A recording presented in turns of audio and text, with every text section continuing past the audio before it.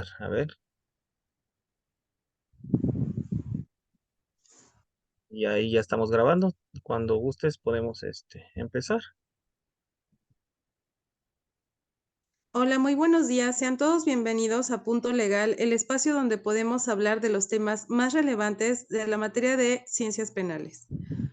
Eh, este día estamos teniendo algunos problemas técnicos con el internet, pero esperemos que la entrevista salga muy bien. El día de hoy vamos a hablar de un tema muy interesante sobre los delitos cometidos por los servidores públicos y para hablar de este tema nos acompaña el maestro en Derecho Antonio Revilla, que es egresado de la Universidad Nacional Autónoma de México. Maestro, buenos días. Muchísimas gracias por acompañarnos en este espacio para darnos su opinión al respecto de este tema. Gracias a ti, Michelle. Gracias por la invitación a este espacio de Punto Legal. Maestro, para empezar a adentrarnos en el tema, me gustaría que me comente quiénes son considerados servidores públicos. Bueno, con base al Código Penal Federal, el servidor público es aquella persona que ejerce una función, una condición o un encargo de la administración pública, de los estados de la República, el Poder Ejecutivo, por supuesto, los congresos locales, en fin, todas las personas que de alguna u otra manera dan un servicio y que pertenecen a la administración pública, y esto puede ser de cualquier nivel. Oh, qué interesante. O sea que todas las personas que trabajan en la administración pública son servidores públicos. Sí, así es. Muy bien. ¿Me podría decir dónde encontramos legislados penalmente a los servidores públicos, maestro? Bueno, esto lo podemos encontrar en el Código Penal Federal, en el libro segundo y en los títulos décimo y en el título décimo primero. Oh, muy bien. Maestro, ¿nos podría platicar un poco sobre algunos de los delitos que se encuentran contemplados para los servidores públicos? Sí, claro. Bueno, existen varios delitos. Uno de ellos es el tráfico de influencias. Y, por ejemplo, consiste en que yo utilice esta condición de servidor público para otorgar algún tipo de licencia.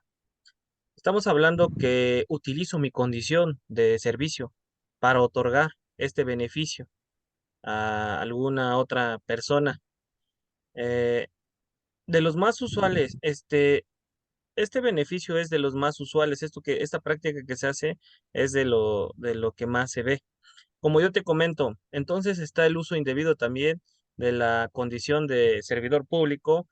Eh, por ejemplo, cuando se ostenta a alguien de ser servidor mientras todavía no le dan el cargo, mientras todavía legalmente no puede ejercerlo. Entonces es ahí cuando pues comete este tipo de delitos. Muy bien. Otro ejemplo, un ejemplo más es cuando yo realizo una especie de reunión o un motín de servidores públicos. Me organizo de tal manera que para ir en contra de una disposición legal, lo hago de esta forma. Y es entonces cuando estamos hablando de una coalición de servidores públicos autoritarios.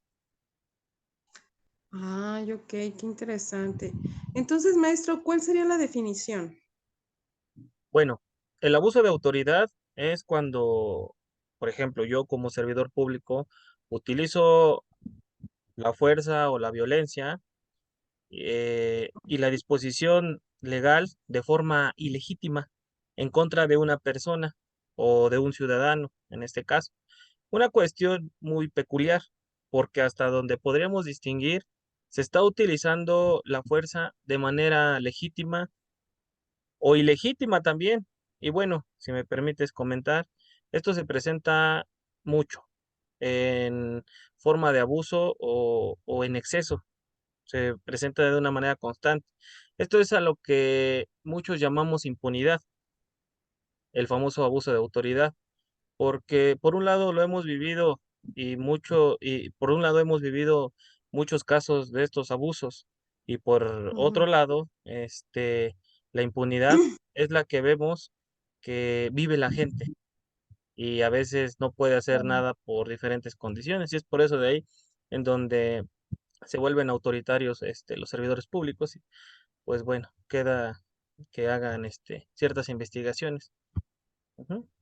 Sí, claro. Y bueno, lo que yo me he preguntado, maestro, es cómo está descrito el tipo de violencia. ¿Por qué para alguien podría ser esto abuso de autoridad? Es decir, ¿porque ejerció la violencia, porque la policía le habló fuerte o porque tiene que ser violencia física? Ah, bueno, en el Código Penal lo dice de manera legítima y ahí tendríamos que discernir entre qué es legítimo y lo que no es. Y desde mi punto de vista, tiene que haber alguien con criterio de acuerdo a como un juez lo señale.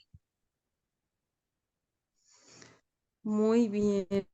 ¿Podría decirme cuáles son los retos para poder disminuir los delitos cometidos por los servidores públicos? Y para finalizar, si me pudiera dar su conclusión acerca del tema de una forma resumida. Claro que sí. Yo te podría decir que se tiene que hacer un cambio integral, educacional, donde exista capacitación en materia de honestidad, transparencia y anticorrupción. Lo más importante, que se pueda llevar a cabo en la vida profesional de un servidor público. Y un punto muy resaltante, y yo creo que es de los que más se debe de hacer énfasis, es que pueda existir un convencimiento, que es muy difícil, un convencimiento hacia estos servidores públicos para que no se lleguen a corromper y no reciban algún tipo de remuneración por este, por estos actos ilegales. Sí, claro, me parece muy, muy importante este punto. Y bueno, muchísimas gracias, maestro, por haber estado con nosotros el día de hoy. Y bueno, muchas gracias. Y no, gracias a ti, gracias a tu espacio y pues fue un gusto y estoy para servirles. Igualmente.